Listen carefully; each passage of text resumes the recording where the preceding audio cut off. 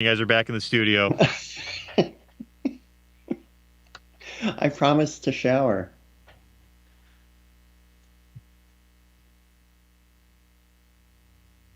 I think we'll get sound back. Yes, everything sounds good right now. We're gonna roll with it. Okay. We're doing it live, but a good kind of live. Is it? Yes. Are we officially back, or are we waiting for a break to come up? 10 seconds. Okay, thank you. Yeah, this is just on the air, us bantering back and forth. Yeah, it could be. At this point, Listeners are calling saying it's great. At this point, it's charming.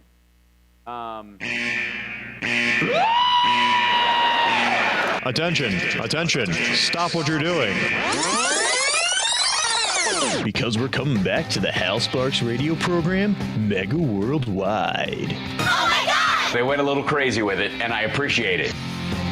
Now let's get back with Hal Sparks' radio program, Mega Worldwide. You know, they're just some things that just make you feel better when they're back and they're working. And Even though I can't see you, I'm gonna have to go to YouTube. I sent you. I sent you video. You should be able to, but if you don't right now, it's you know. It's not because I don't want to. All right, I'll make it happen. Don't worry. There we go. So hopefully that'll do it.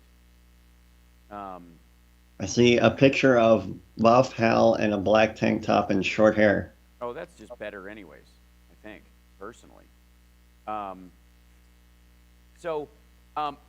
The reality, I think, that of the infrastructure bill, and I know, and hi chat room, hi everybody, thank you, it's loud and nice and everything's better and it's so much. I'm so happy. It makes it so much easier. I rebuilt my own infrastructure while I was doing this. Yeah, there you go. That at some point. I knew I was going to anger some folks with my hot take, on the no vote from the squad on the infrastructure bill, which I have, from a both ethical and strategic point of view, I think is a horrifying mistake. Because the primary one is, and this goes to the whole issue of climate stuff, and we're going to talk about the climate today as well, because with the gathering of the COP26 and the changes that they're talking about making, there is some news out of there. Some of it surprising, some of it curious. Yours truly has been reading the IPCC report on on climate change. That's a lot of letters there, young man. Oh, it is. And there's a lot. I also read an article recently about climate anxiety in youth. Aww. And the reason why they're saying, like, all these kids were showing up and screaming at Joe Manchin and Kristen Sinema, following her into the bathroom, and that there's these youth activists in Europe that are saying that it's negatively affecting their mental health, and they're climate doomers. They're not Zoomer generation, they're the Doomer generation now. And it's terrible for them. And for their long-term impact as activists in a lot of ways. And some of them deal with it through engagement, which is a good thing. But it informs their engagement in such a way that they get nearly shrill, and the people who are doing the work of it pay no attention to them. They view them as hysterical children, right? And there's a mix of truths there, according to the IPCC report, that's important to talk about. Okay, this is not. There is this vacillation that people think that if you don't care, if you don't gloom and doom about it, you don't care, and if you mitigate people's feelings of gloom and doom, you're a denier. And the reality is broadly in the center. Of a lot of moving towards better progress. And I in going through the report, there was just some things that stood out to me that I think are fascinating. But when it comes to the infrastructure bill, the no vote on it, people are, on sort of the hyper progressive left are taking this as them making a stand or fighting for what they believe, and this is their they're making a statement about, the fact that they're not happy that the other vote isn't getting passed, which will never be reflected in the overall historical record of the United States in any meaningful way. It's not going to, people aren't going to look back on this infrastructure bill and the possibility of the reconciliation bill that was running alongside of it, and the possibility of those things still working forward, and the idea that these 9 people that voted no on it were taking a stand that measurably did anything, right? It's just going to be, it will appear as political posturing. It will go down. Yeah, that's all. It's not going to look like, oh, these people were really trying to make a point. No, it will look like what it is, which is politics on the demands of their particular constituents. And in that way, it would be one thing if they didn't actually vote on the bill the first time and had no intention of voting on it later. But the fact that they did it as kind of a foot stomp is what undermines their position as, and this is the tactical part of it, honest negotiators going forward. Because one of the problems we have with the outsized power that Manchin and Sinema have is twofold. One, Sinema's a lunatic, and she's never going to vote for the reconciliation bill in its form. She may take whatever Manchin agrees to, but she's not paying any attention. And she's got some hardline lines that we're not even aware of. She's not a fair negotiator. She's not at the table. There's no legitimacy to her conversation at all. And pretending there is, or thinking you can manipulate someone like that, is fantasy. It's absurd. And if we had 60 votes in the Senate, or Republicans were actually doing their jobs, we could have a conversation about all this, and it wouldn't be a big deal. But right now, we have wrestled the Senate to a 50-50 split, with Kamala Harris being able to do a reconciliation vote on that, and that's where reality is. And so we have to deal with the fact that Sinema is a crazy person, and you cannot negotiate with crazy. I'm not kidding. Like, this is... No, I mean, that is the reality. Her reasoning is both either financial or lunacy, or the idea that she's going to be the next Arizona Maverick, or a combination of all three, or none of them, and we just are going, she'd rather go on a bike ride. There is no there. And when you're negotiating with someone like that, and you are taking hostages to do it, and you know you have no leverage over that person, then you are simply shooting yourself in the foot. You really only have one option in that circumstance, which is to stack all the wins you can and let pressure grow on the other stuff, that because people are enjoying the popularity of these programs, and that you feel like you could grow the Democratic rolls in the Senate over the next couple of elections, and then really get the stuff you want. Because that's how life is. The United States isn't a speedboat. It's a giant cruise ship, and it's slow to turn. And that's just the reality.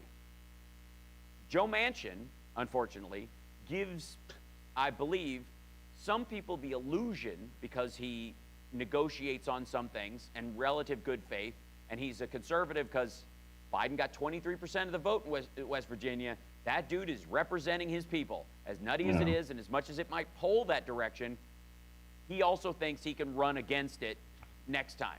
He can cut that $3.5 trillion down in half. That is the ad he runs next time. If he gets the $3.5 trillion down to 1.5 or 1.7, and it ultimately passes, and the stuff that his constituents like is still there, but they're shortened, means tested, and they exist, but not for everybody, and we're not trying to... Yeah, I was going to ask, what about like all the good this is going to do? How do you run on, hey, I'm going to take all that away? Do you just lie? No, he's not. That's what Sinema's doing. Sinema's doing, like, it's a mess and I have no interest. Manchin is running on the idea that, yeah, we need some of these things, but they don't have to be that expensive. They can be means tested. I don't want to add to the deficit. We don't want to run up taxes on certain people because that's my donors. And people in West Virginia are the type of voter who think that one day they're going to be at that donor level. They think they're going to be that rich one day. You know what I mean? You have to understand the mentality of a lot of folks. And growing up in Kentucky, there's a lot of overlap in this. A lot of West Virginia. And it's the way the people in trailers are defending Jeff Bezos. That's right. They resent. This is a real mindset. And people know this. People, honestly, people in my chat, I guarantee, know at least one person who thinks this way, or sat next to somebody at a bar who's talked like this, that they resent that the government is going to take half of their lottery winnings the day they strike it rich. And they live with that resentment all the time. They're preemptively angry about it. That's right. That they're going to win the mega lotto and the government's going to take half of it right out of their hands. Bastards! Yeah. Oh, I'm so. That's right. There's they'll just be sort of permanently angry about this. And we have seen this. Hold on one second. I'm going to pop you out and bring you back there, Johnny, because you froze up on me for some reason. There you go. Now you're moving again. They really do think this way. There's a lot of voters in West Virginia who really do think that way. And they'll gripe about it. And they're more angry at the government right now. Ooh, they'll seethe about it. Oh, sit down and talk with them about it. They'll go, one of these days, you play by the rules, you win, and then bang, right? That's the whole thing. Hopefully. People are, okay, that's very strange. You dropped out. But they will seethe about this. I am not kidding. This is, sorry. And thank you, Natalie. Oh, my goodness. Here's my 20-minute sponsorship. Love you. Oh, thank you, Natalie. Appreciate that. Yeah, we got to take a break. We're going to come back after this. But that's who you represent. You can negotiate with me. We got to take a break. Well, we lost you. You just came back. Oh, I did? That's very strange. Oh, look at that. I didn't know I was lost. And yet, I'm found. Okay, we're going to take a break. We'll come back and we'll try to make sure that was. We'll try to make sure that. All right, we'll be back right after this. It's the Housemark Radio program. We're in commercial. We just started commercial. Yes, please. Yeah, we lost you, so I just went straight to play the music, and then I was like, oh, and then you come back, of course. Right. Yeah, Johnny's dropping. It's been a crazy day. I think the demons and gremlins are here. I think so too. Like there's some kicking in and out. It must be. Yeah. God. Second. Paul's not here My today, connection so seems okay. I just ran a test. It could have. Mm-hmm. Yeah, and my internet power's pretty good here too. So. And I see a Tweety bird where you used to be. There you go. Now you're moving. And then now I'm moving. And then I'll see if it might take a moment to hi chat room. We're working this out. This is good. This is fun. There you go. Now you're moving again. It seems okay. Yeah, I think that was just a hiccup in there. So Johnny's fine on YouTube. Good to know. Yeah, I think it could just be the playback on this particular laptop. I think it's having issues. Yeah, and I'm still not seeing your video on the Skype call, but it's okay. Okay. I love you. 60 seconds, gents. Thank you. I'm going to save myself some processing power. Pull this guy out. And over here. And see if I can fix some of that. This may help, or it may just wreck everything. I mean, that's what I always have to do.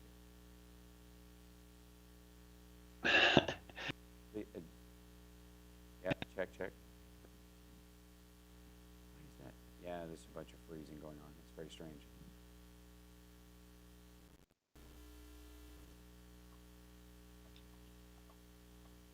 Get back.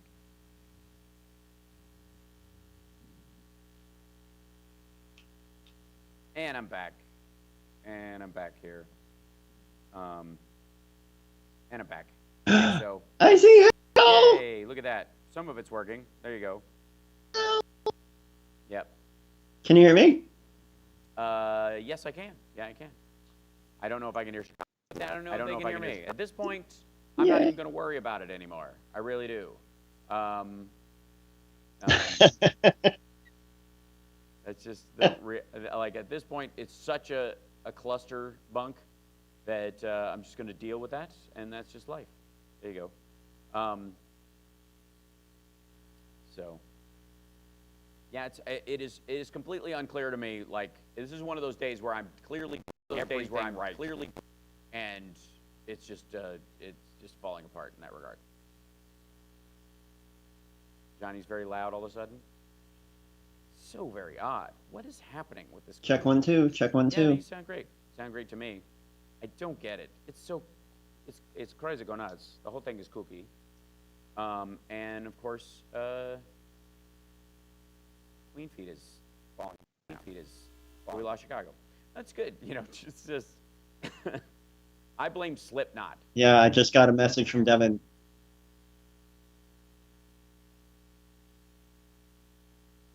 Yeah, this is. Oh, I'm hearing it right now. Feedback. I think it's jumping around trying to fix the audio on this thing, and it's all choppy on my end as well. Very weird. There we go. Apologies, guys. Apologies, gents. Apologies, guys. We're apparently live. Oh, good. Well, that's nice. And we're back. Hey, that's what it is. Oh, I think I know what's happening, and that's a lot of fun. Apparently, we are like losing power on the computer, which is good. That's another thing. So we'll fix that. I'm running on battery power and it's panicking or something. So 1 second, if I may, and I'm just going to have to do this just to save myself the trouble. There is, it's always something. It's just always something, Johnny Million. Perhaps hopefully we'll get better and back from the edge of this. Hello? It's going to drive me cuckoo. But, and in this particular case, I'm going to need to run you a new audio source so I can hear you. So, there you go, Johnny. Are you there? Can you hear me? Yeah. Say hi. Hello, 1 2 1 2. Yeah, I hear you. Ever so slightly on my computer to hear you because apparently death and destruction. It's just like who cares? The bill itself is everything to celebrate. I insist. This is For real. And nothing to be mad about, and nothing at all. And the interesting thing is, I've heard two big pushbacks in the last, 16 hours, as I stayed up late listening to the wailing and gnashing of teeth on Twitter about how it should have gone and what would have been better and why, it was, a massive betrayal, yet a tremendous victory. In listening to one of the defenses I heard was that it's actually worse for the environment, and that without the reconciliation bill, it's a cleaning it up is damaging to the environment. There is a tremendous amount of green energy positivity in the infrastructure bill, not the least of which, of course, is charging stations across the country, a smart electrical grid, which will eventually lead to the sunnier states being able to sell electricity that they're getting from the sun to other states. Lavaliers. Yep. I'm in old-timey radio. I will work on both those things, guys. It's so funny because I get notes from the front when it comes to the audio, but it takes it takes 45 seconds. So if I fix something, I can't tell if it's worked or anything. Yes, I know. Right. Yeah. Yeah. So I'm picking this up where I can, kids. And doing the best I can with what I've got. I think maybe the easiest thing for me, and this will probably for a second, but it might actually solve it for them, is switching those entirely. Let me be abundantly clear how I feel about the infrastructure bill. The political win from passing the infrastructure bill in August would have had enough tailwind to push the reconciliation bill allowance higher. Would have pressed it towards the 1.7 zone as far as its direct expenditure, maybe 1.5 once it gets passed. It was never going to pass in the $3.5 trillion form. Never. It was never intended to. It was a lesson of the Obama years, which was ask for everything, and by the time they're done, the problem is that the progressives were under the impression that you get everything you want, and that negotiated opening was sort of the Obama number, because Bernie's number initially was $6 trillion, right? Because his argument was we need $6 trillion in infrastructure spending over the next 10 years or what have you. Truth be told, we probably need closer to 10. We're not going to get that in direct expenditure, though. We never were. The way you're going to get that is through an infrastructure bank and through seeded programs that build on themselves, so that cities can create bonding issues and the government can back them up, and they can provide them with bonds that are cheaper, and then they can do grants to solve certain problems, specifically bridges that take a lot of interstate highway traffic, which is the responsibility of the federal government. And the combined nature of the United States is that you can have crappy dirt roads, Virginia, if you want them. You can have gravel, nothing, bumpy roads with giant rocks in them, Nevada, if you want them. But the roads that trucks are going to cross over, and the roads that commuters and tourists and all those people are going to travel on, have got to keep everyone alive. They have a responsibility. They have a functional and uniform on some bigger scale. The interstate highway system has to have a quality that you can count on state to state, right? That's the issue. And currently it does not. And partly that's because of funding in states, partly that's because we've been ignoring it, partly because they've been patching holes where they can. And there was a lot of perfect being the enemy of the good happening regularly for the last decade, 2 decades, especially when it came to infrastructure. And somebody said, hold on, in your perspective, the War Defense Department gets $7 trillion. Over 10 years, they have a $2.5 trillion, and then there's expenditures in Afghanistan, which, by the way, we are no longer in thanks to Joe Biden.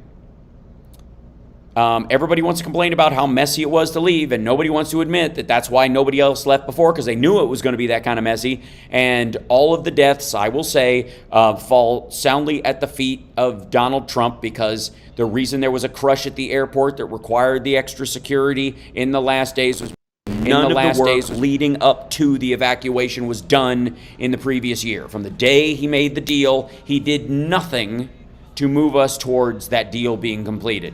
He hamstrung the SIV prospect. He did not get people out of the embassies the way they should. He didn't draw down the civilians that were there. He didn't honestly engage with the civilians who were living there, who we might want to get out, so we don't want any American behind, all of that stuff. So that I lay soundly at the feet of Donald Trump. Come at me, bro. But the important thing is that this bill passed last night, and Trump ran on it, getting us out of Afghanistan, right? He ran on it, and it's infrastructure week. Everybody can agree on that, right? Right? Greatest communicator ever, post Ronald Reagan, but probably better if you really think about it, using everyone's, quality. That's a reality. That is now law. We got to take a break. We'll be back right after this. It's the House Sparks Radio program, Megaworldwide. We are.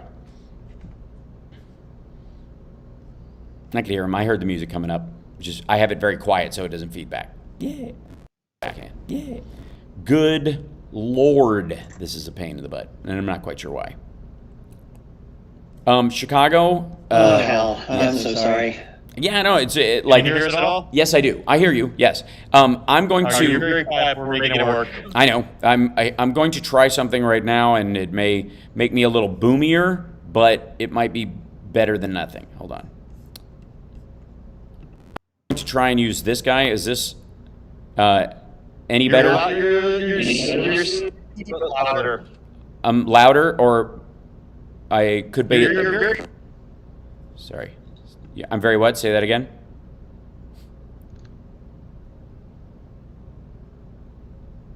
I just lost him. And of course I did. So why is repair on? Muted. There we go. There's a weird thing. Maybe this is all clean feed. Maybe this is my fault for trying to go back to normal and trying to save us all the hassle of this situation, because I'm beginning to think so.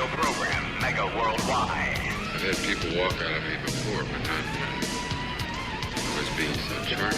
Video streaming at housesparks.com. I don't care for you or for the putrid sludge you're troweling out. Fuss-faced little pimp stick. True progressive talk. Might be a good time for you guys to give up. I feel like I've been building infrastructure. I feel like I've been digging the Holland Tunnel during this whole thing. This is the Sisyphus show. It's just every time I roll the rock up the hill, it rolls back down. That's what CSL said. And he's not wrong. Yes, November 6th will live in Hal history. No. Remember that show with the techno dance music version of... This is what I get for coming to Arizona. This is it. Yeah. There were we talked about the IPCC report that I was telling everybody, like I was reading up on, which was fascinating. I mean, there's a lot to it. There's a lot that I think. Now, this isn't like the elementary school ICPP report. That's a totally different one. Which is where, and stop bringing it up. Accuse somebody of having peed their pants. Well, I pride myself on being pretty up to date on some stuff, and quit it. And not the least of which, one of the things that's kind of an ongoing, I guess, source of interest for me is when you look at the climate models, and if you look at the IPCC report, there are 5 potential outcomes that they strategize on. Thank you, Mandy. By the way, all of today's super chats will be going to getting a road version of the Roadcaster, so I no longer have these problems anymore, or something. I got like some sort of mechanical solution because, good Lord. That if you look at the IPCC report, and this goes to the conversation we were having about the climate activists, the kids today, the Greta Thunbergs of the world, who are expressing an extraordinary amount of climate anxiety. And understand this, these are children who have no voting power. They can march and they can scream, but they are not the heads of industry. They are not the heads of government. They do not hold seats of power. And so a lot of them, part of their anxiety comes from this is something horrible is happening and it is outside of my realm of control. And it's going to destroy my world, right? That is the primary fear. And it is growing, and it is, in some cases, overwhelming these young people. And when Greta Thunberg first came on the scene, there were a lot of people who were showing a lot of pride in what she was saying, and it certainly took a lot of strength or whatever. My response to it was that it's a bit sad that the climate movement in the world and the governments of the world have to sort of dovetail behind a teenager. A teenage girl, like shove her out in front, that she has to be the tip of the spear is our failure. It has nothing to do with her. Surely. I mean, she's amazing, but she shouldn't have to be. Right. She's also, a good example of those folks that are a bit of a wreck from this. She is definitely, you can tell when she gives speeches and the like, she's emotionally on edge about all this stuff. And you can think, well, yes, she's dealing with something that's very important. And she's talking to a group of people that she perceives as not wanting to do anything about it. And so the anger she holds is natural and organic based on her belief system. However, it is wholly unhealthy. And it is, I think, shameful that society and those of us that care about the environment both acquiesce and elevate a teenage girl into this position and kind of let her be the voice of it. The youth of today are fighting for this, right? This is what you're hearing everywhere. Meanwhile, they're collapsing because every detail they're hearing is the most catastrophic information you have ever heard in your life. It is the climate equivalent of the the stories we heard about AIDS in 1984 when we were in high school. 50 million dead. There was no way to stop it. There will never be a cure, and there will, certainly never be anything close to a vaccine or those kind of things. And we can fight it with drugs that we have and all that kind of stuff. But it was, you remember the catastrophizing when we were in high school about AIDS and the impact it would have on the world. That HIV would cascade across, and it was just, we're looking at a third of the population gone and those kind of things. And on the one hand, the fears around that and the catastrophizing around that to a certain degree pushed what would effectively be the activist class to get out in front and push for what would eventually become the treatments that would save lives. It also, though, in the process, sped up the use of some treatments that were negative and didn't actually help, because we've got to do something. This is a crisis. It is going to wipe out everybody if we don't do something. And some things we did weren't helpful. They may have cost lives in the process.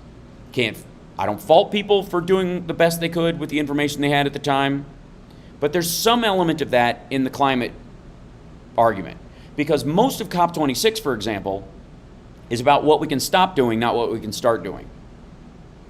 Most of it is about that thing we're doing, we need to stop doing that. And the reality is, there's actually a lot proactively that humanity can do, both communities and in developing countries that have a lot of coastal regions where there's a lot of people, helping them move camp essentially, having a 5 to 10 year plan to make sure that they're not going to be underwater, those kind of things, shoring up those kind of things, carbon reclamation, new technologies, investing massively in non-polluting battery technology and the like, non-polluting, and I know people hate the N-word in this regard, but nuclear. Nuclear has its own weight in the world, but it is how France is doing. I believe close to 80% of their energy comes from it. And we're not talking about major reactor meltdowns that have happened in France in a long time, because they're newer, the technology is better, and they have a strategy for dealing with the waste. And you're like, well, they last for tens of millions of years. So does the Earth. So we can come up, yes, exactly. Thorium reactors, don't get me started. But these are proactive things that we can do. And the problem with the conversation we're having right now is that it is wholly negative. You must stop what you are doing right away, or I'll be dead in 10 years, is a terrible feeling to give to a young person, and a terrible weight to put on their shoulders, especially when, in the world of climate science, there is a variety of thought about how much humans are contributing to it, what parts we can mitigate, and the other environmental factors that may mitigate or exacerbate the difference that we're making. The biggest example is sulfur dioxide. Volcanic eruptions put a lot of sulfur dioxide into the atmosphere, which has a cooling effect on the Earth's atmosphere. The same scientists that are predicting a 1.3 to 3 degrees Celsius rise in the climate over the next 20 years to 50 years to 100 years if we don't lower our greenhouse gases, are also saying, and it's in the IPCC report, that a single large-scale volcanic eruption on the scale of Mount St. Helens or something like that would mitigate and attenuate almost all of the greenhouse gases put into the environment since 1850. One. That all of our fears about that, and this is not like, okay, root for a volcanic eruption, but they are... I don't know how to feel about this. Well, I know. And they are also factoring in, I'm just saying that this is factored into the graphs that you see. When the graphs go up and all this kind of stuff, and there's the one at the bottom, and you're like, why do they think nothing's going to happen? And why do the people at the top think it's going to be the worst, right? What's the difference between the two of those? Well, it's how much weight they give and how much confidence they have in the possibility of other variants in the environmental, like weather possibilities, orbital wobble of the Earth, blah, blah, blah. And that's why, by the way, right-wingers just write it off. Because that's where they're coming from. That's where they're getting all their stuff. One Mount St. Helens, we're back to Earth cooling again, right? Which is why, in a lot of these conversations, it is better to discuss pollution with these folks than climate change because they do not grasp it. Right? Somebody's rooting for Yellowstone right now. That's a little bigger than you want.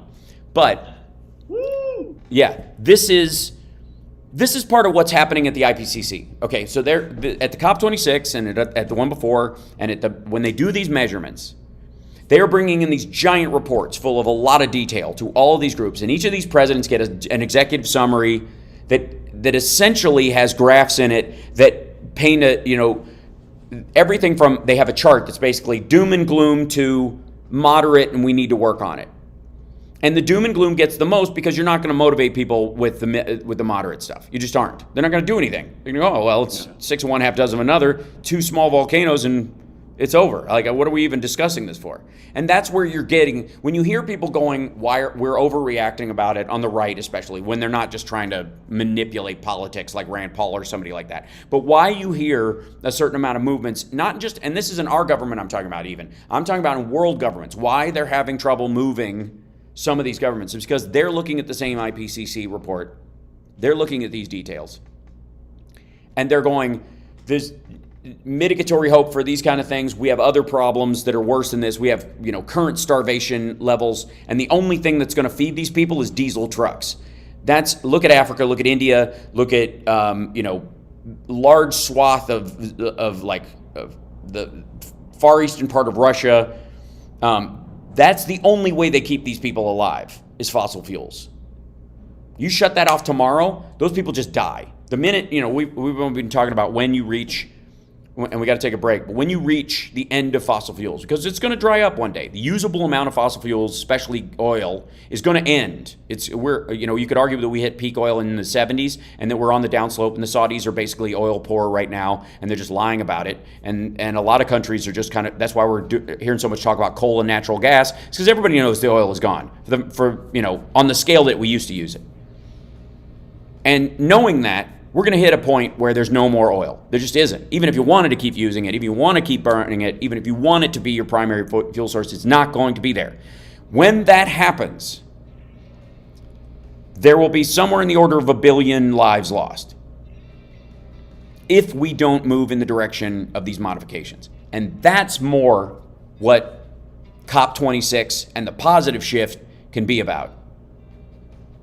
Because you just get rid of oil tomorrow, you go, no more fossil fuels. We're outlawing it. Starting tomorrow, park your car, take it. We're gonna send natural gas buses around until we can get everybody electric. You do that, 500 million people are dead within 16 months, because that's how they get it to them. And that's the pushback. That's why you're hearing pushback. It's not that they don't know that it's damaging. It's that they're mitigating the damage for their own people. We got to take a break. We'll come back after this. The IPCC report is fascinating and has more depth and variability than I think people recognize. And if we mitigate and talk about that, if we're able to have that discussion, maybe these kids won't feel panicked for their future so much, and we can interest them in their value in the incremental change, so that they're not driven to near suicidal panic by the catastrophizing that is necessary to motivate people because they just sit on their butts. That's my concern. It should not be on their shoulders. We'll be back.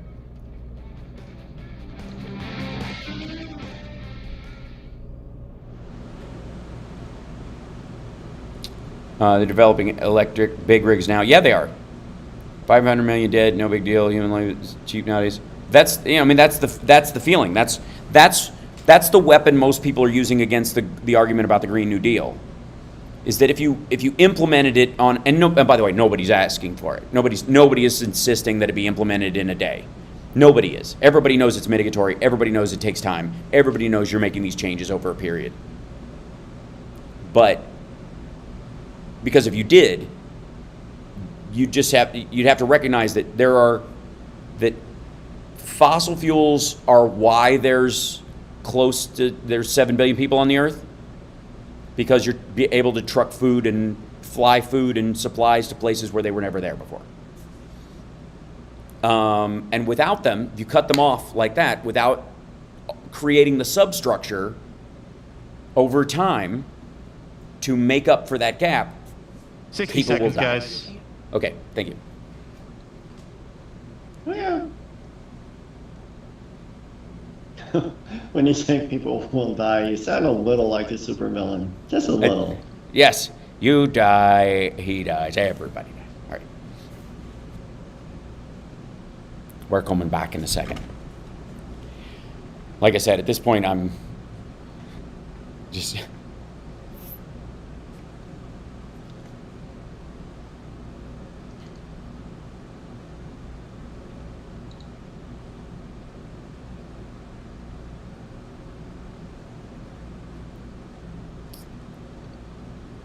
Are we back? Are we there? Are we? 10 seconds, guys. Almost back. You'll hear the. Thank you. Okay. There we go. I know I'm only on 1 day a week. I get it. I would have to jump on GarageBand and start sawing something together. This is the Hal Sparks Show. And a guitar note, and then progressive, and all. Yeah, it's gonna be good. Hey Hal, did you mean something like this? This is the Hal Sparks Show. And a guitar note, and then progressive, and all. Yeah, it's gonna be good.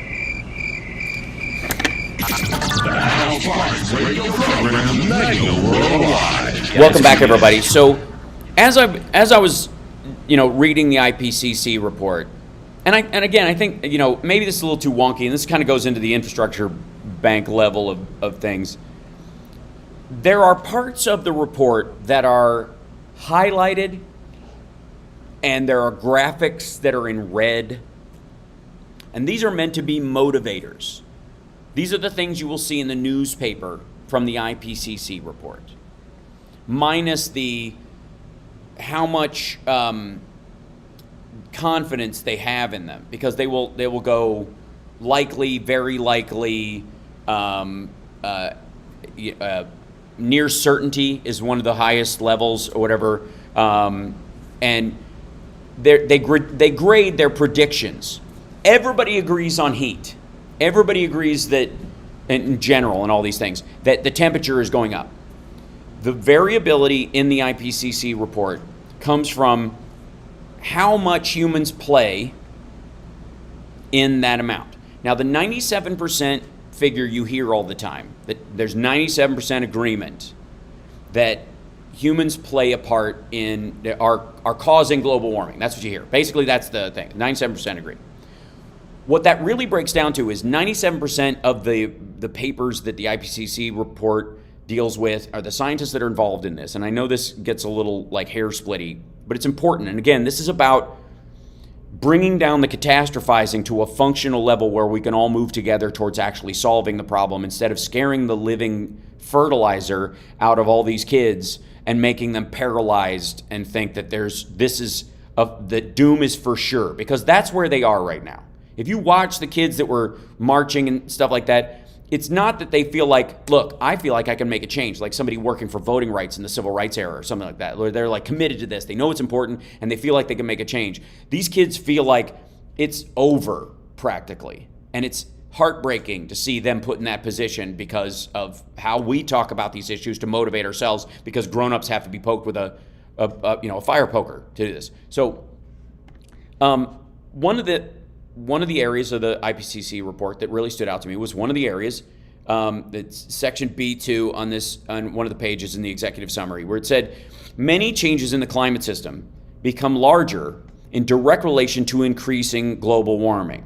They include increases in the frequency and intensity of hot extremes, marine heat waves, heavy precipitation, and in some regions, agricultural and ecological droughts, an increase in the proportion of intense tropical cyclones, and reductions in Arctic sea ice, snow cover, and permafrost. And that's something we're used to hearing. That is something that's not, to anybody who cares about the environment and has been working on these things for a long time, that's something you're used to hearing. And that is, it is absolutely true and reflects how we should mitigate the amount of, chlorofluorocarbons we're putting into the atmosphere and all that kind of stuff. Or greenhouse gases, rather. The section right before it says, global surface temperature in any single year can vary above or below the long-term human-induced trend due to substantial natural variability. The occurrence of individual years with global surface temperature change above a certain level, for example, 1.5 Celsius or 2 degrees Celsius, relative to 1850 to 1900, which is the baseline they're using, by the way. When you hear what we're talking about in the Celsius rise, when the COP26 is talking about it, when they're discussing this, what they're talking about is a temperature they're using based on 1850 to 1900. That's kind of like the sweet spot in their estimation, semi-pre-industrial, near natural, semi-pre-industrial. And as far as, and also with accurate recordings. Yes, that's right. Yes. Previous to that, though, they also know, because of fossil record and other stuff, in 2015-year cycles and 100,000 years, and there were areas where it was far higher. It was overwhelmingly high comparatively. But this is what we're mitigating on because humans have been around, and this is kind of, hey, how do we flourish in this area, right? What is that a good window? And it was hotter pre-1850 to some degree, but that was the point was that relative 1850 to 1900 does not imply that this global warming level has been reached, and that's one of the points where we might see a trend, and it's a correctable trend in some areas. If it gets super hot in the summer, the fear is, oh my God, global warming is here, it's upon us, and it's too late. And that's what's happening right now, is we're seeing this kind of generic rises in certain years. And each one has an incremental year if you go global, but in certain areas it's mitigatory. The mitigatory heat waves or whatever, no one remembers any vacillation, which there will always be because the Earth is not a machine in that regard, it's an organic system. There is sort of a panic created that once we've hit, it seems like the temperature got really hot this year, therefore, this is now the new normal. And it almost relates to how we talk about inflation, for example. Listen to the conversation about inflation and the doomsaying about inflation right now. That's going to go up, and then because that's going to go up, so are wages. And then when wages go up, inflation chases that, and then Andrew Yang's going to form a third party and keep Democrats from getting elected. And we're going to have a UBI, and then everything's going to go up exactly $1,000. Right? That's because that's the automatic gainsaying of whatever doom someone else presents. And I think there is a huge process going on, international process going on right now, to clean up that giant garbage island in the Pacific. Remember we heard about that for a long while? Yeah. All the plastic was sort of collecting and forming its own little island. There is an enormous international effort right now to clean that up. There are boats out there doing it. They have these giant nets. They're pulling stuff in. These garbage scows are grinding the stuff up and trying to put it either in a way that they can move it to recycling if it's largely plastic, or put it in a landfill so that it can just be in a couple thousand years it'll be a chunk of lava about 4 feet wide. There are drones that are trying to grab plastic as well. There is a huge effort around this.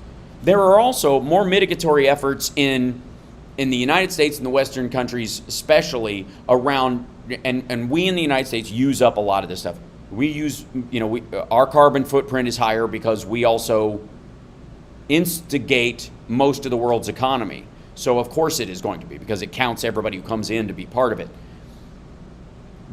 We are doing more to mitigate that than I think people give the United States credit for over the last few years, because we've had to fight so hard for the people who just want to turn off all the fixes, because the right wing are so anti-solar, or Trump thinks windmills give birds cancer before they drop in the middle of the road and destroy the view. So because we've had to fight so hard against their absolute denialism, we are at the same time not recognizing the benefits and the possibilities and the optimism of it, and it is landing on the shoulders of youthful climate activists, and I find that shameful. And I think, were there to be a broader conversation with these activists and kids about the progress that is being made, and they weren't being told all the time that no one cares and no one's working towards this, and that everybody at COP26 is exactly the same, and all the states are acting the same way, and because China doesn't, is burning a lot of coal, doesn't mean everybody else is joining in, then their activism could be channeled away from signs and anger and sorrow and towards invention, creativity, and development, because that's the future that will save us from this. I would rather these kids end up inventors with a sense of hope than demoralized, broken children who think that nobody cares, because that's not the case. A lot of us do, and there's a lot of progress that is being made and can be made. We got to take a break. We'll be back right after this. It's the House Sparks Radio program, Mega Worldwide, on WCPT Radio, Chicago's Progressive Talk.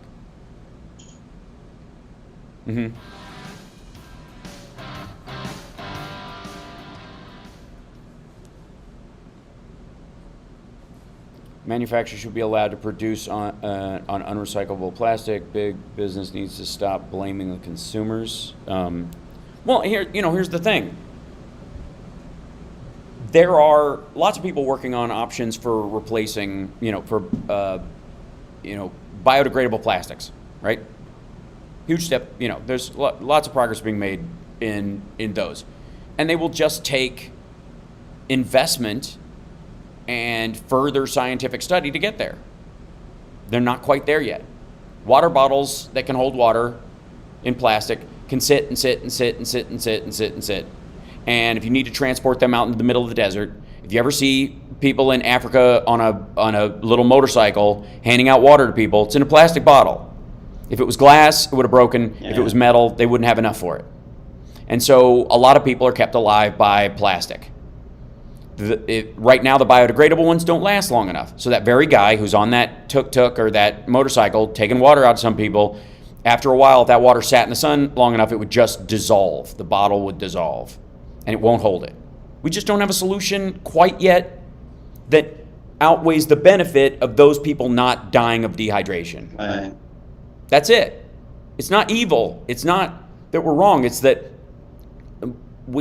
and life is kicking death's ass right now, even with COVID. All right, even 60 with seconds. Thank you. Yeah. Plastic was never the invention we thought it was. Yeah. Well, it's. Let's see. The cheap wins. Plastic works for cheap, but down the road ruins the planet. I can see that in 60. Well, that's the styrofoam argument too. And again, we'll come back. Yeah, we talked about this on Stuttering John's show too, about people just feeling like that at a certain point you jump the shark on your convincing people and they just give up because it's too big. Yeah. And that's where a lot of these folks are.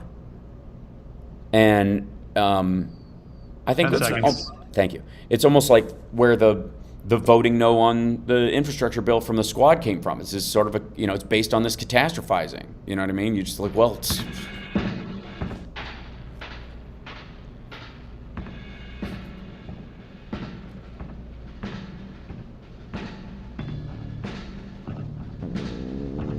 Welcome back. I think that's me. Yeah.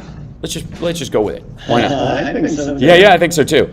So we were talking a little bit, during the break that there is a balance to be had between realism and pessimism.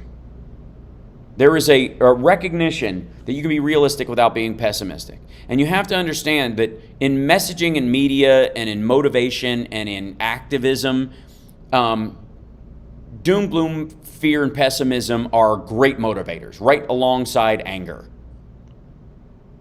They work. Yeah. They have worked. For getting Fox people News out on the is streets, fear. right?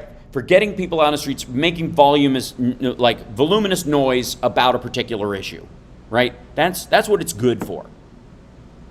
The problem is it's not necessarily good for the action and solutions that solve the problem itself. Because a lot of times politicians will have to come up with something relatively quickly to quell the unrest around a particular issue that in their rush to do it may not actually be a good solution, or maybe just spackle temporarily because people are clamoring, they're out in the streets, they want solutions now. Well, the reality is you may not have a solution right now, and the one you might have might be as dumb as nuke a hurricane. That's doing something, right? There's a hurricane headed for the coast, right? That qualifies. That's one of, singularly that and the, light bulb up your rectum, bleach down your throat solutions that he would come up with. These are the kind of solutions that give you ivermectin freakouts, right? It's the same thing. Yeah. It is the situation. There's a giant monstrous fear I have. There's no direct solution, or I'm impatient about that possible solution. And I am fertile ground to be seeded with panic and directed by whomever might offer me a solution. And that very solution may have a hint of promise that later on needs to be worked out. Maybe there's an element of this that can be good, but the rest of it, what it's coded in, will destroy me, or destroy the environment, or destroy the situation. Or it may just be false hope. And that's demoralizing in the future. And so when it comes to those kind of things, I have always been a practicalist, a realist in those regards. And I feel, as in the activist world and in the moral progress, in the world that leans towards moral progress, that you stack your wins as best you can, and you constantly remind people of the wins. You have to do this. Otherwise, it's easy to forget. It's easy to remember the bomb cyclone hit the West Coast and it was very stormy, and you go, well, it actually, almost ended the drought in several areas, and it mitigated wildfires probably for the next 2 years, and it might affect snowfall in a good way over that. But what you heard was bomb cyclone, and that means more intense precipitation, and that's directly proof of the world is warming and therefore dead. And that's the problem with it. That's the issue that I have most with the gloom and doom of it. So as it's quote Iron Man. So what I'm saying, if I'm saying anything, is that we need to stop relying on the youth movement for these kind of things. And also, we need to remind the youth movement that progress is being made, and that a lot of the actual on-the-ground progress that will be made, replacing petrochemicals and plastics, replacing rare earth minerals and metals in batteries and the like, that is only created through an act of optimism. It is people going to university, getting an engineering or science degree, and saying, that is what I want to focus on. I will be part of the team that leads us one step closer to thorium-based micronuclear with non-weaponizable nuclear waste that you can't turn into a bomb and is easily stored beneath the facility for tens of thousands of years, and a smart grid that carries it from places so you don't have to put it in places that have shifting tectonic plates or volcanoes. That's what you do. And there's a lot of work that needs to be done in that area. A lot of infrastructure, for example, which brings us back to the infrastructure bill. An enormous, hands-down win for the Biden administration, Democrats across the board, and everybody will find something to celebrate in this. And all the naysaying you've been hearing since we got out of Afghanistan. Did I remind everybody today? Did I forget to remind everybody that we're out of Afghanistan? We're not in Afghanistan anymore. Didn't we know that? By the way, we're not in Afghanistan. And by the way, Russia and China are not rushing in to fill the gap like everyone is saying. They're actually dealing with a lot of new problems because we're not there as the buffer from those problems, so that how China treats the Uyghurs or how Russia treats the Chechens or the Uzbekis, and the blowback from that from ISIS-K or the Taliban and stuff, we were always there taking the punch. We are no longer there. That is their struggle now. The obvious solution is don't be awful, but it doesn't seem like they're going to want to be doing that anytime soon. This is the changes that will come from this infrastructure bill on a material front, both in money in people's pockets, jobs, a stronger and safer infrastructure, fewer deaths, fewer car accidents because there are fewer soft shoulders and bad bridges and innumerable. I mean, the lives saved just by maintenance is one of the things we don't respect so often in our lives. The little strange things, and you're like, why are the lines drawn uniformly everywhere? Well, that's because they've done a lot of crash tests and they know what kind of mitigation people need to do. And within the wiggle of life, you can keep the deaths down by 8% by doing these little things. Those are scientists with a sense of optimism, engineers, city planners, philosophers, people who believe in humanity's going to act in a certain way at a certain speed and they're going to want a certain amount of freedom, but they're also going to cause a certain amount of damage. What's the sweet spot where we can save as many lives as possible? And the numbers of lives saved in that process is innumerable. And the offspring of those people is innumerable. And the respect for that has to stand. And so, this is how nerdy I get about something like an infrastructure bill, but this is honest to God, this is where the old rubber hits the road analogy is actually a material one.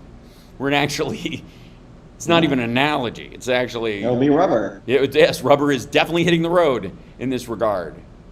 And thank you, Joy, Joie Noel, for the super chat. But I said, and you'll recall, as your buddy, who's always here, I told you that the recon bill was never going to pass. The 3.5 was going to be worked down no matter what. That the 1.5 bill was going to pass, and by hook or by crook, it was going to get through. And it was just a matter of time. And that getting it passed earlier or later would not affect whether or not the 3.5 passed wholly or not. It was always going to get whittled down. It was always going to get whittled down if it ever gets the votes. And if you didn't have the votes at all, what is the point in holding up the other one? If you have no leverage, then you have no leverage. It's no one's fault except Kristen Sinema's. And all the Republicans in the Senate, all of them, every single one who is a Washington elite who is ignoring the needs of their constituents. This bill, the infrastructure bill, I said it would pass. I said it would pass at the number it passed at. I also said that the 3.5 wouldn't pass. And if it ends up passing, it will be 1.5 to 1.7 and probably closer to 1.2 at this point because of the loss in Virginia. So the wait and the hostage taking ended up lowering the ultimate payout on the bill if they'd have done it sooner. If they'd have come to the table and negotiated down to 1.5 from the 3.5 and seeded the programs and know that people will want some of these things and they will continue to get funded. A lot of these things that are in the reconciliation bill, the Build Back Better plan, would, if you got them in place for 2-3 years, people would recognize the value of them. Thank you, Tobias. Thank you so much. And the cries of establishment and corporate and centrist and all that kind of stuff falls by the wayside when in reality I'm an optimistic realist. I want more, I know what's possible, and I want the best we can get at all times. And this goes to the vote we just had. As an adult human being who cares about their fellow adult human beings, if you are ever presented with a choice that you perceive to be the lesser of two evils, choose less evil. All right, we got to take a break. We'll be back right after this. It's the Housebox Radio program, Mega Worldwide.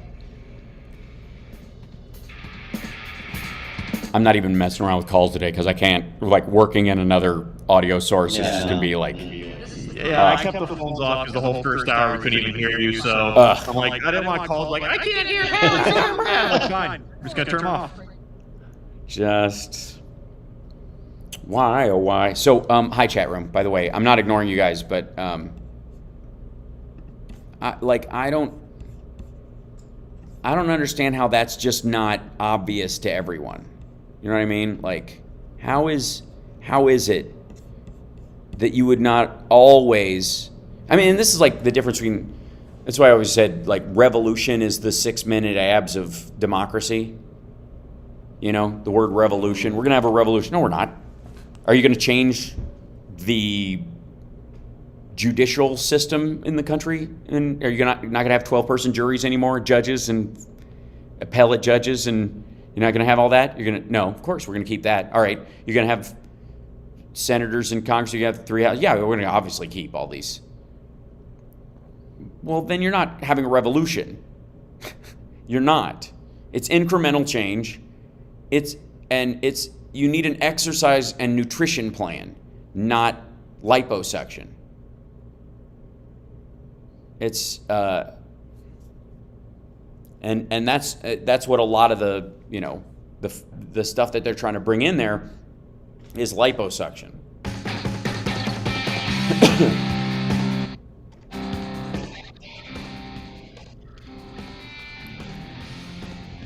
All right, I think we're back. Yes, I insist that we are. So there has a, and there'll be some, vacillation back and forth about the votes that the squad made being, votes of integrity and votes of protest and that kind of stuff. I'm fine with people believing that. It just does not materially change the reality that they ultimately voted against a bill that they're for. Because another bill that they're for isn't going to get voted on because it doesn't have the votes and hasn't even been through the committee process yet. They want a bill passed before it goes through committee, before they'll pass a bill that they've already voted for. It's absurd. And it will always write out like that. Like, people will, there'll be a lot of people who could, will be patting themselves on the back because they stood their ground and changed nothing. And ultimately voted against something that they are allegedly for. And Biden did want them both passed at the same time. But that's not going to happen. He's also, I think, a realist, like many of the folks that are listening to the sound of my voice right now, in their own lives, anyways. So the question is, if you never will get Kristen Sinema's vote on $3.5 trillion or even $1.7 trillion, and you're still negotiating with Joe Manchin about it, and there's a question as to whether he would do it, right? I'm even operating on the assumption that he might eventually get to voting for it. When? Next year? Before or after 2022? The year after that? Yeah. That's how we got Infrastructure Week. And if you're holding up a bill you know you have the votes for a bill you do not know you have the votes for, is that principled? How can it be? You know what I mean? If you are holding the possible hostage to the impossible, then is it really about getting the, what you want and the impossible thing done, or just proving that the other thing is impossible, showing the world that these people are not good enough to do the impossible, right? When we full on know that. Pretty much. It's far from altruistic. Yes, it is not solution oriented. And again, it leads into that catastrophizing idea. Because the narrative from that will be that you can't count on Democrats right now. That you'll always be stabbed in the back by by Democrats and these things. When in reality, what happened just now, last night, was the biggest infrastructure investment in the country's, in the last 30 years happened. And also, like I said, created an infrastructure bank, which creates the seed of funding for decades to come beyond the initial one. And that's why it feels like, old-fashioned politics. I mean, there are tons of Republicans who are not voting for things they actually know their constituents want, their own Republican voters want. They're not voting for it. Why? Politics. To show their fealty to Donald Trump, to make sure they're not primaried, to show that their constituents that sent them there basically to be a monkey wrench in Washington. I mean, honestly, what was Rand Paul elected to do except throw sand in the gears? Right? That's all he's there for. He's not there to actually come up with solutions or move things forward. He's a small government conservative who is there to, create the government that can be drowned in a bathtub by whatever strong-armed dictator comes along, apparently. How is it different? How is it different? How is the squad's vote against a bill they like any different than the Republicans in the Senate that didn't vote for the infrastructure bill, the bipartisan infrastructure bill, that absolutely is supported by their constituents? Well, Rip Krista? Who's Krista? I'm sorry. Yeah. Which Krista, I should say. Cinema wants a coal yacht too. Is there any coal in Arizona? No, there's not. We did get 13 Republicans, so there's that. Well, yeah, that's because it's more popular even than that. It's good for the whole country. And they also recognize that those 13 Republicans are in vacillating districts. Those 13 should give you an indication of seats that could be taken by, and here it comes, moderate Democrats in the future that can be Joe Manchined into existence, where you get 80% of what you want instead of none. And they know this. So there is no difference, no material difference between the Republicans that didn't vote for this and the squad not voting for this. Because they are for the same reasons. Both groups know that their constituents want the bill. But both groups have to please their direct primary level constituency for fear of not delivering for them, because if that activist class on either side gets mad at them, they won't show up next time and they won't get elected. That's it. Because there is no principled reason to vote against it. Because if there was a principled reason to vote against it, they wouldn't have voted for it before it went to the Senate, where there was no real material changes other than it being brought down a little. And I said this all along, this is how it was going to play out. And I also believe that had that tactic not been the primary use of their leverage, and this had passed in August, for example, the recon bill would have had a greater chance of passing entirely. Larger anyways. Never the 3.5, never. It was never going to be that. It was never going to be that. I can't stress that enough. It was never going to pass because it had to go to the Senate. It was never going to get through the Senate. Just was not. And it wouldn't have gone back through the House because it overspends and didn't explain. It hadn't gone through committee. It hadn't been, the Congressional Budget Office hadn't done a rating of it. They still are working on that. It still hasn't been done. I believe the math works, but that doesn't mean it does. It just seems good on paper. A lot of things seem like that. So over the next, few weeks, what you'll see is either a movement to get that passed, and I think Pelosi in good faith will continue to push for that. And like I said, it will end up being smaller, but it will seed programs that will be refunded and funded again over the years as they become popular and functional, so that you're not committing too much tax dollars to something that may in 3 years actually not be the best expenditure. That's why you check in. That's why the infrastructure bill and the reconciliation bill both have committees and funding for committees attached to them. That's one of the reasons why a lot of these bills are so expensive, is because they have study groups and accountants and accounting firms and hiring outside groups to look at them and see if they're actually doing with the tax dollars what they want. There are studies, for example, that pre-K, giving kids free pre-K, the value of that fades after third grade. That without further educational funding in other areas, that no matter what you do, giving that won't guarantee that kids in poor areas will do it. If the school sucks, the school sucks. And if their parents aren't engaged, if the parents aren't working with the kids, having that year of pre-K evens out the over-under on it. I think that's a short-sighted study. I don't buy it. I think it's done based on lower funding around education in those certain areas and by people who don't necessarily want more public education.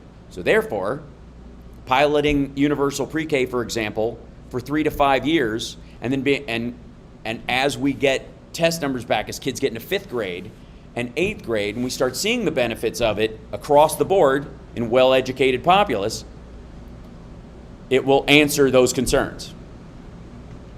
But that mitigatory use of the funding, is part of that process. And I want these things. I want environmental change.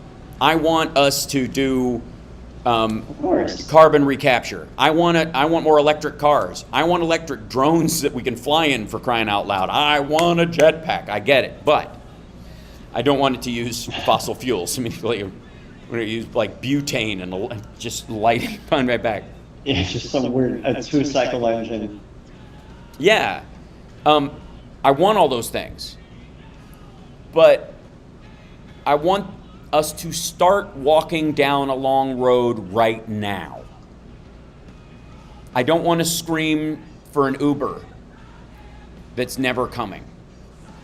If it's a long march ahead of us, we get up every day and we put one foot in front of the other. And every time we can make a significant leap forward, like happened with the infrastructure bill, you take it and you never let it pass. Ever.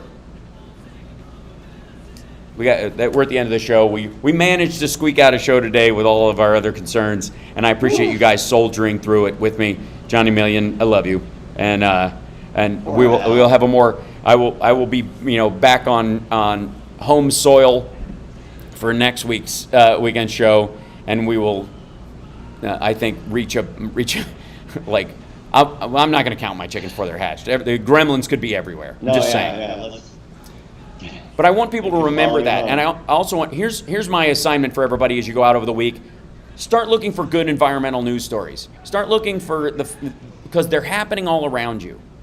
People care. And large organizations care, and NGOs care, and governments care, and citizens care all over this country. They really, really do. And if you just look for it, you will find it. And then you can express that to these kids who are climate activists, to keep passionate about it, keep working towards it, keep trying to find those solutions, but don't get discouraged, don't get brokenhearted, and don't let us not reminding you that good stuff is happening or letting the perfect be the enemy of the good, make you think the world is ending. Thanks, guys. Bye. Sorry. See you next week. That's okay. Cheers. See ya. Take care. We just were really pushing it. Bye. Yeah. Okay. Bye. There we go. Yes. And I'm signing off on that. And like as soon as I sign off on like clean feed, it's like all going to get normal again. Like, oh, it works. Oh, good. Now we're right. Now the audio's fine. Jesus. Just the yes. What's your show tonight? I have 2, 7 o'clock and 9:30. Awesome. Hag weekend. Have a great weekend. Thanks, Foggy. I really was affected by the activists that were like, somebody was, Marianne Williamson posted this thing about, people screaming in the face of Joe Manchin, these kids like, you are killing us, or whatever. And like, yes, is Joe Manchin a rich prick? Yes. Is he negotiating in good faith about everything? Of course not. No. However, this year alone, including this infrastructure bill, Joe Manchin has voted for somewhere in the order of like $1 trillion worth of green energy investment. We did 1.9 trillion with the rescue package and 1.5 ultimately with this. And like I said, the infrastructure bank will add even more to that. So it's an immeasurable number in that regard. Joe Manchin voted for those things. Do I think he should vote for more? Yes. Do I think it would be better? Yes. Do I think he's protecting the oligarchs? Yeah. But while he's doing it, he's doing it like a Democrat in West Virginia and not a Republican in West Virginia who wouldn't have voted for any of it and who would have never gotten elected. Imagine if he wasn't a bought-off piece of shit. If he wasn't a bought-off piece of shit, you would just have a Republican in there. They wouldn't have to be bought off because they're true believers. Yeah. And you wouldn't have any of it.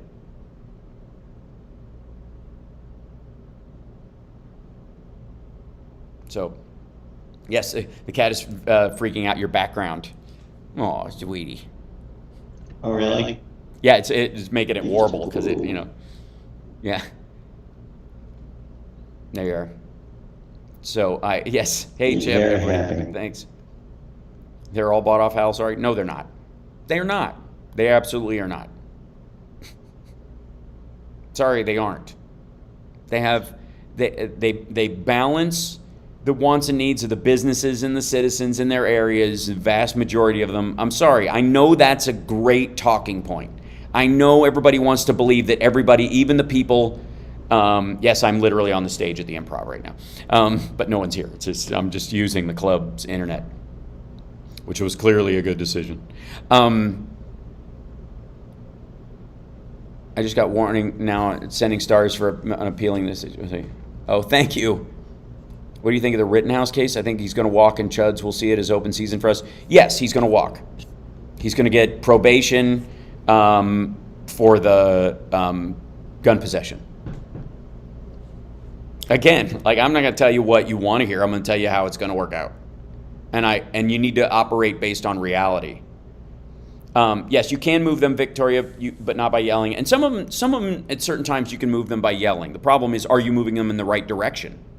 Why is West Virginia so conservative? This is a rural state with a lot of hillbillies in it, and it's a lot of coal, and the country used to run on the engine of that coal, so there's a lot of entrenched money there, because without that coal, there'd be about half as many people in the United States, and a bunch of people would have died of dysentery and in poverty without the factories that coal powered for a long time. And the people who created coal-powered factories were not evil people who were destroying the environment. They were just going, oh shit, you burn coal, it's really hot. We can melt steel. Like, this idea, there's always a favor owed to someone. Yeah, but that would include your constituents who want something that isn't necessarily good for the rest of your constituents. Right?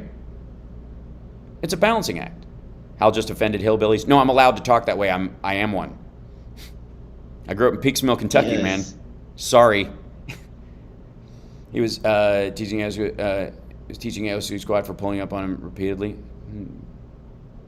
Oh, yes, right. Heroes and icons, no fair, marginal law. West Virginia needs everything progressive, fight for more than anyone. Yeah, but they don't want it. And we're not dumb, Heidi. Seriously. Again, this is related to the catastrophizing. If you think the world's going to end, then you think anything you don't do to fix it right now is dumb. right? You must be crazy. You must be insane, or the dumbest motherfucker that ever lived. But if you go, there are multiple solutions. I'm not quite sure about yours. I'm trying to. That's a mitigatory conversation. If you're not willing to have that conversation, then that's just stupid, because you're writing off another person's concern. I didn't say it would be a palatable. We didn't talk about the bus at all. Oh, we didn't. I'm very disappointed. I know that it was because everything was collapsing. Dear God, it was beautiful. Oh my God. I'm so glad you liked that. I can't believe that he typed that. Oh yeah. He typed it and released it, and was like, "Yep, here's what I've got to say." Yeah. All those caps are intentional. Yeah, but there's a thing, like, there's people like Sean Hannity and Bongino where I'm sure that if you really pinned them down, they believe that Donald Trump that they're smarter than he is. But he's a good example of what they want, but they're really, right? They believe that. First of all, I don't think that. I know Greg Kelly doesn't believe that, right? I know Greg Kelly doesn't believe that, and I also know he isn't. And he's one of the few people who supports Trump who's dumber than Trump. You know what I mean? Oh, Johnny's echoing like crazy. I'm sorry, that's the thing. I'll let you go. You can go play with your cat. I appreciate it. I'll chit-chat with it and kind of do some cleanup on the show after this, because, yeah. Good luck. Maybe things will clean up after I disconnect. Love you, Hal. Great job today. Thanks. I tried. We'll make it happen. Good Lord. I try so hard. Tonight. Okay, thanks, man. Love you. Bye. I love you. Bye. There we go. Whoop, whoop. Good Lord, I have no idea why the audio was such a big deal today. But hi. Now it's just me. There's no stuff on the screen. It's just us. Ain't we a pair, Raggedy Man? Who will get more time? I think Rittenhouse's buddy who bought him the gun will get more time than Kyle does. Yeah, it's very possible. That'd be a straw man rule, which would be, a great thing to focus on. Greg Kelly is miserable and thinks everyone else should be miserable. Yes, exactly. Now I'm full volume. Is that what happened? Did it just jump over? I gotta open up the audio thing on this. And I am freezing because they put at this. Okay, yeah, look at that. It's just all punched out. And there's all sorts of. Why is the.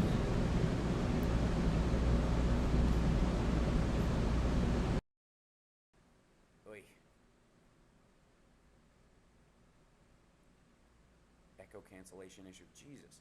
Like that. Every possible warning arrow I can get on Ecamm is on the sound thing is just firing at all. It's okay. This is here we go. Da da da. Hopefully, now I'm quiet again. What in the world? Is this a little better? I feel like I'm quiet now. Very strange. Nothing wants to just be normal today. Ugh, God. Just have to absorb it and call it a day. I was ice skating uphill the entire time. Ended up having to, turn off my regular camera. Ended up, my lavalier was all buzzy and crazy. It's just life. Good times. Better now, better, hey, hello. Thank you. Can't hear me, do sign language stuff. Yes, gremlins. Yeah, the low sound, hold on. Let me fix that as well. And then, oh, I see. Wait, hold on 1 second. I will turn up this. Turn up the radio.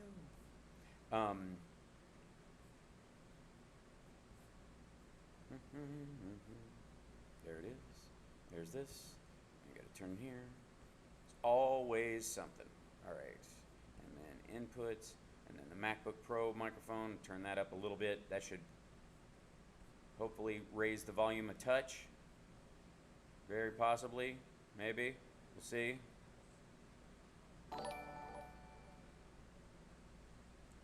Is that Freedom Rock? Yeah.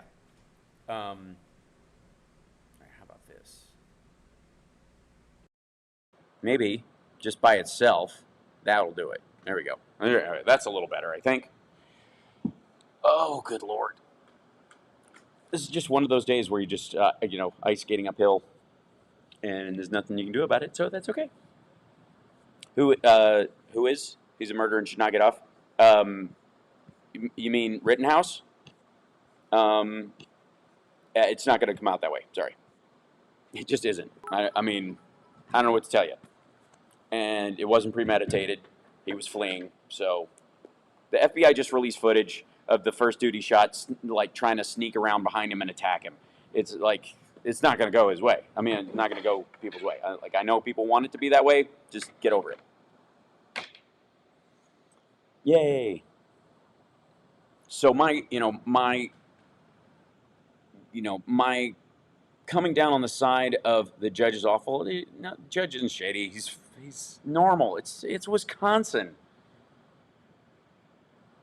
It's like going into Czechoslovakia. Shows were great last night. Super fun. Thanks for asking. How about what happened in Houston? 8 people trampled to death. Yeah, that would be equally. That's a major point of concern. You would think in modern times that's something that that we can mitigate, we can work on, right? We can fix a situation where people aren't getting trampled to death at live shows. Yeah. The judge won't let those that are shot called victims. Yeah, because the trial is about whether or not they are victims or instigators. He is pleading not guilty based on self-defense. So what they are there to determine is if he's the victim and he defended himself, or they are the victims of his murder. That's what is to be determined in the trial. So you can't pre-conclude that at the beginning. You can't say that. That's not how it works.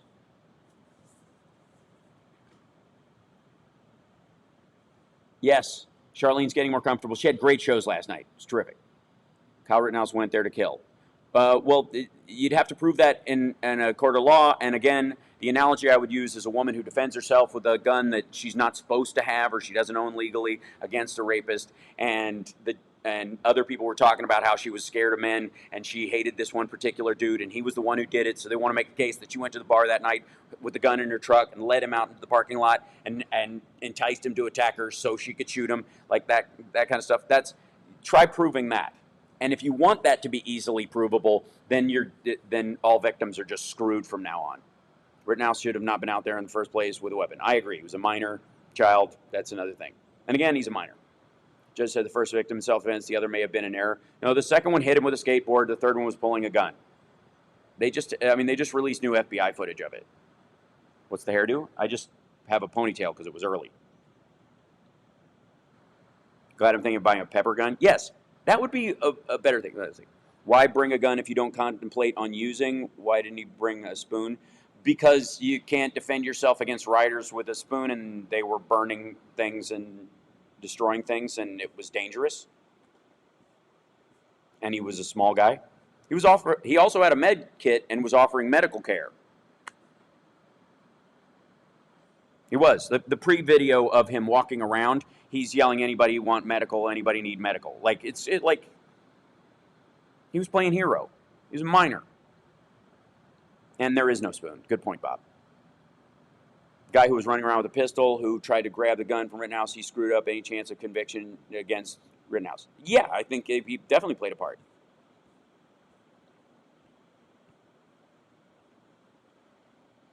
Bring a gun to a protest on either side and you're playing a stupid game and will win stupid prizes. I agree. Do not bring guns to protests. The boy was trying to grab his AR-15. I saw with my own eyes. All he did was try to swat it as Rittenhouse reached for it after he fell. That's all. Yes, he tried to grab it. And if you are carrying a gun in public, you have a responsibility to not lose that gun. And if anyone takes it, you can assume under Wisconsin self-defense law and every other self-defense law in the world that that person will either use it on you or someone else. Rosenbaum was a felon, was not allowed to have a gun. The fact that he touched it or tried to take it would be a violation of his probation. The problem isn't that it's not awful. It is awful. The problem is that people want it to be simpler than it is. He's a good buy. He's a nice guy. LARPing shouldn't excuse murder. It doesn't. That wasn't his job to contain people. Agreed. But the other people that were out there that he joined, the adults that he was with, were out there with guns as well, and the idea was that the cops weren't doing it. They were out there saving their neighborhood because the cops weren't stopping it. Is the mother liable? No. Unless, of course, you want all school shooters, for example, to, mothers to be liable, or anyone who, if a minor ever kills anybody, the parents to be liable. That's a big deal. He swatted at it. That's enough.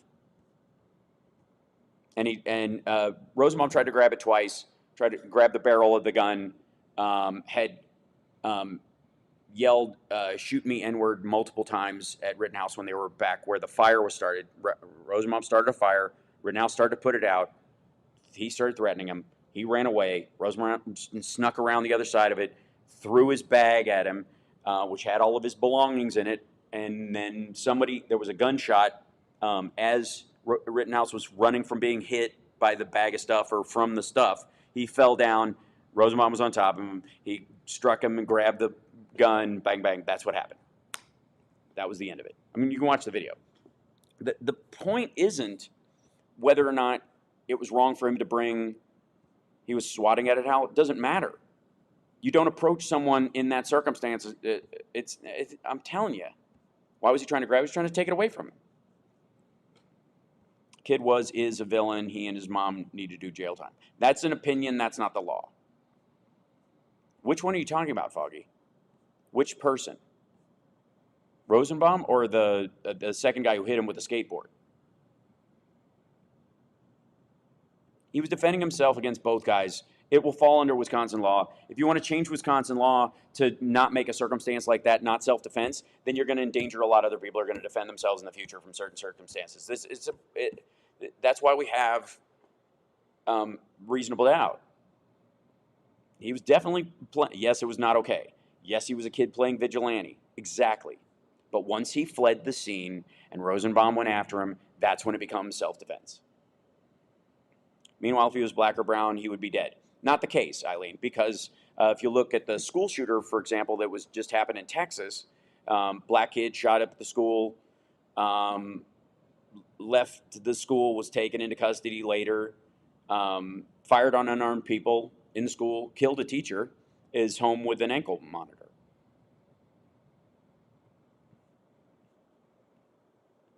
Get an M1 Max MacBook Pro with a 64 gigabytes and do a review. A good idea. It will certainly be able to handle this better, I hope. But ultimately, it's a software issue, I think, some of it. I'll go on YouTube and watch the whole trial in context. I have been watching the trial.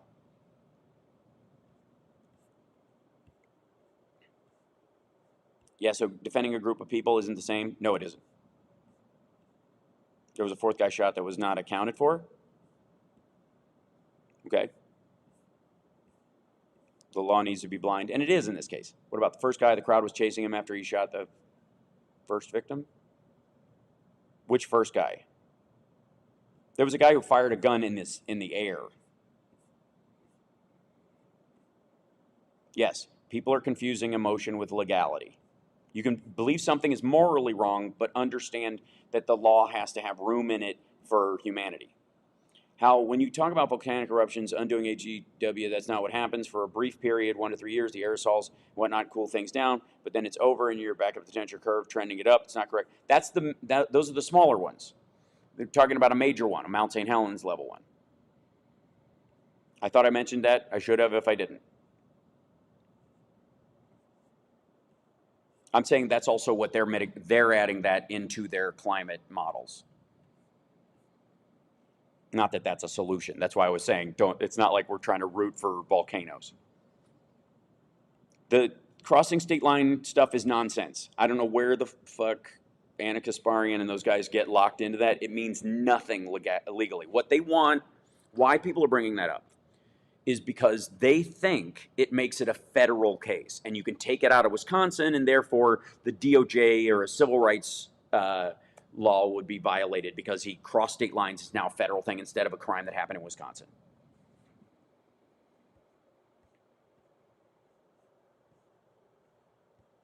Don't ask me what I think justice for his mom would be. Yeah,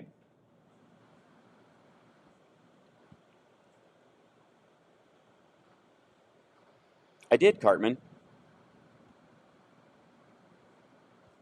Actually, the mother is liable, contributing to the delinquency of minors. She didn't contribute to his delinquency. She dropped him off somewhere. The gun was at his friend's house, I think. I mean, she did through shit parenting, but not on a legal level.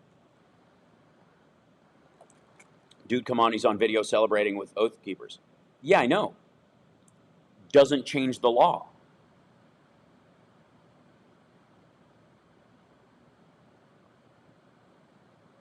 The guys he was celebrating with aren't guilty of killing the people he shot because they're celebrating with him.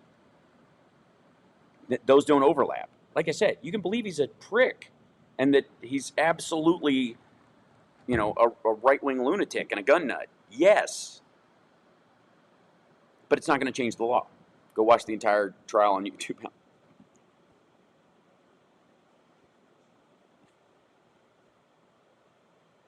I read that Rittenhouse shot Rosenbaum in the back. Is that true? No.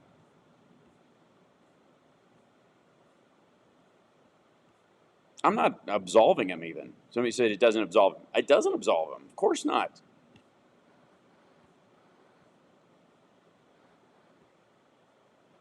Thanks, Kevin. I try. It's not necessarily popular sometimes. If he gets off, these militia groups will be emboldened. Well, the militia groups who were up there, if you, I saw one of the main guys who was organizing one of the groups was, thought it was a terrible thing and viewed the second, he believed Rosenbaum's killing was unavoidable in that circumstance, but that the other people were, unfortunate and that it was terrifying and sad and all the things that it is. And he was one of the guys who was organizing one of these groups to go protect places. Trayvon didn't get to stand his ground when approached by Zimmerman, but Zimmerman could. Yeah, I mean, we've talked about this. I think that's a wholly different situation. Zimmerman hunted him down, and he's an unarmed person who, with no one around, and there's a nutcase following him with a gun. And what would you do in that situation? If you run, he might try to shoot you because he thinks you're a fleeing criminal and he thinks he's deputized because he's a fucking lunatic. Or you hide in the bushes and try to jump him and get the gun away from him, and he uses that as an excuse to kill you. Zimmerman's a murderer. Wholly different circumstance. And again, we have video of the Rittenhouse thing entirely. We don't of the Trayvon Martin thing, which is why Zimmerman could manipulate the entire situation. Because he was the only person alive to tell the story.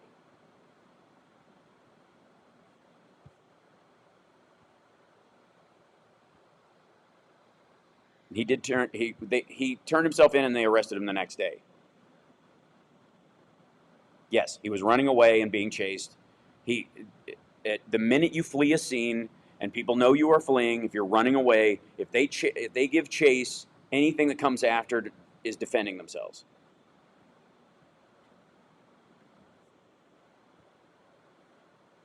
He and those who aided him breaking the law need to go to jail. Well, the laws he broke don't involve jail time. They should, maybe. Misdemeanor straw purchases of guns and his possession are the misdemeanors.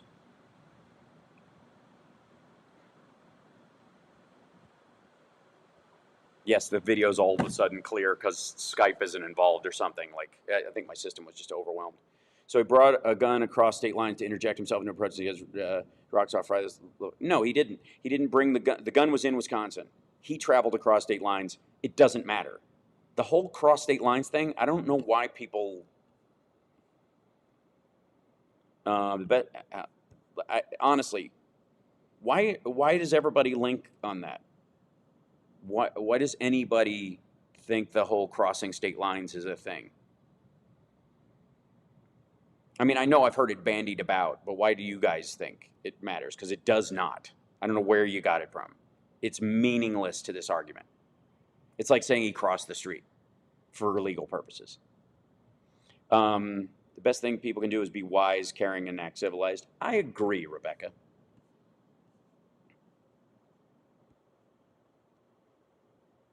Hal, if Rittenhouse was my son, how would you feel? Would you defend him? If he was my son, he wouldn't be at a protest with an AR-15. I wouldn't have dropped him off there. He would have found another way to project solutions into a problem.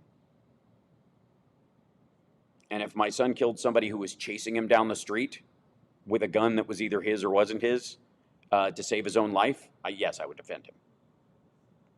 So a random person could just walk up to any group they don't like and the other side has to stand still? Huh?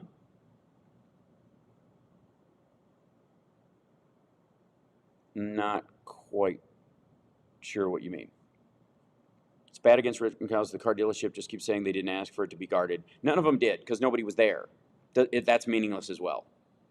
That's like saying they didn't ask for it to be set on fire. Yes, the boy swatting AR-15 saw him kill a dude and was following him, and he would have been a hero if Rittenhouse hadn't murdered him.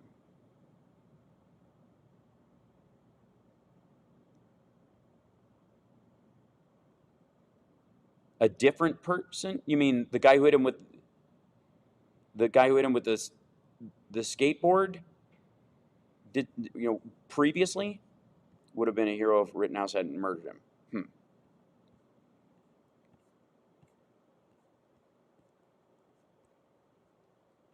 What are the thoughts on the 11-1 colored jury? It's Wisconsin. I don't know. Is the FBI frequently recording from above? No, but they'll get surveillance video from the police or what have you on, when there's riots and unrest, because in and amongst unrest, this might not surprise you, but during times of unrest, there are extraneous actors who take advantage of situations like that to steal and murder and commit sexual assault and those kind of things. And those eventually become cases, and where you don't, this is the same kind of argument with the Capitol rioters and why they're like, we're under surveillance. Like, yeah, you're all storming in there. They're only arresting the ones that busted windows, and tried to kill people or beat cops. Of course they have footage of it. No badge, no legality. No, that's not true in a self-defense case. The law is supposed to yield truth and justice. No, truth exists on its own. Justice is a state, and there's an argument about what means justice. Law is supposed to create a system where truth and justice prevail. He wasn't legal open carrying. Doesn't matter. It's immaterial to what happened. Honestly, again, that's a misdemeanor. Some states get in a car, drive over the crowd. Some states he could just get in a car and drive over the crowd, but he was too young to own a driver's license. No, he wasn't. He's 17. He just didn't drive. Kids today, you know what I mean?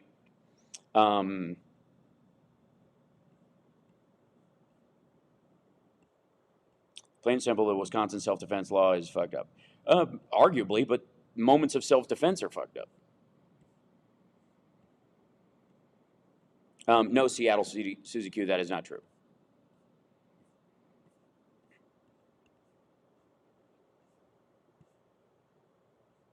Okay, let's see. He wasn't legally allowed to have a gun. He's guilty of something. Yes, he's guilty of a misdemeanor possession charge. Everybody was out past curfew. Again, that's...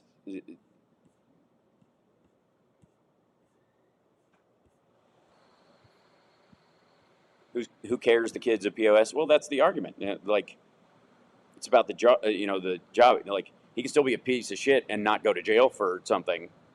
I'm not up to date. Is the kid being tried as an adult or a juvenile? As a juvenile, he was 17 when it happened. The law is the law. If African Americans want equal representation in the law, we all get it. This is an ideal situation how laws are written and enforced. I'm not a supporter of open carry personally, but I think it's time for BLM voting rights press to start showing up dressed for battle. I think that's ridiculous. No. We need fewer guns in these situations. Hal, is any of the improv staff watching right now? I think so, yes. I think they need to clear out, too, because I told them I'd be done at 11:30, so this is close to then. So I will sign off now, and I will see you guys on Monday back in the saddle again at regular time. I will be flying in the morning, so the morning show will be later or just kind of rolled into the afternoon show. And so thanks for reminding me, Brad. He could get jail time for vigilantism. That's not a charge they're putting up against him. Dude was barely trying to swat the gun before Rittenhouse got it. Intervening, he is a national hero. The gun was around Rittenhouse's neck. He didn't get it from anywhere. He literally was, he was carrying its Sewell with a strap around him. That's why the gun was unable to, that's why they were able to take it from him. It's an underage gun at the time. That's what he needs to be punished for. He's going to get him. Yeah, it's a misdemeanor charge, though, Sishui. That's what I'm telling you guys.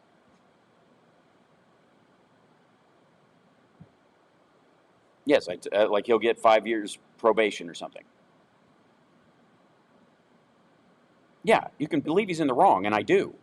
I'm just telling you what the law is going to be. And the problem is you don't want to shift the law because of this case, because of all the other people it will affect. And that's the problem with the law. Rosenbaum is not a hero.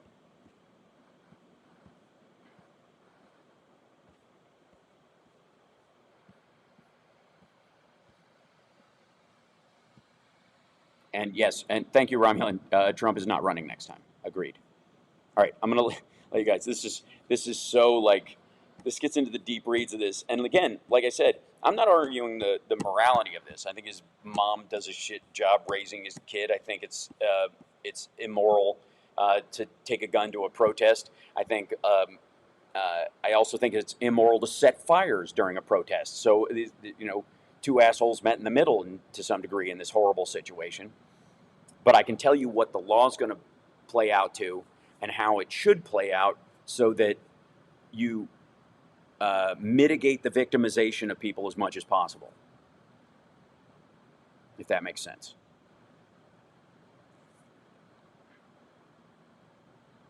Yeah. So hopefully that helps.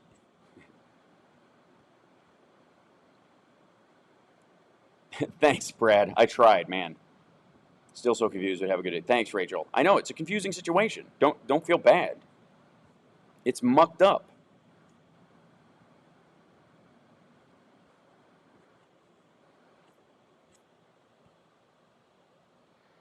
The verdict will not be a catalyst to protests. It will absolutely not. Nobody's going to give a shit. They won't. I'm telling you, like he's going to get 5 years probation for misdemeanor holding a gun. They're going to call it self-defense. That will be that. There won't be any fires. There won't be any people taken to the streets. There'll be some people that protest probably because they feel about it, but it's not going to turn into, last July. Please. No, I just have my hair pulled back it's just puffy right here. Anyways, I love you guys. I'm glad the gun is actually what makes the murder legal. No, it isn't. If he'd have knifed somebody who was chasing him, it'd be the same thing. If he'd have punched somebody and they fell down after they attacked him again and they hit their head on the curb and died, it would still be self-defense. All right, I gotta go. All right, you guys are wonderful. We could discuss this whole time. I love you, but I'm right about this. And we're not arguing the sort of abject morality of how kids should be raised by their parents. We all kind of agree on that. I'm just telling you, don't get your hopes up about something that is impossible because it will demoralize you and make you think the world doesn't work the way you think it should. It's just, it's shameful to do that to people. Do not lead people on that a solution that is impossible is possible. It's the worst thing you can do for your own side. Thank you, Foggy. Appreciate it. Yeah. Anyways, love you guys. I got to go do 2 comedy shows tonight. Cheers. Take care. Thanks. Okay, bye.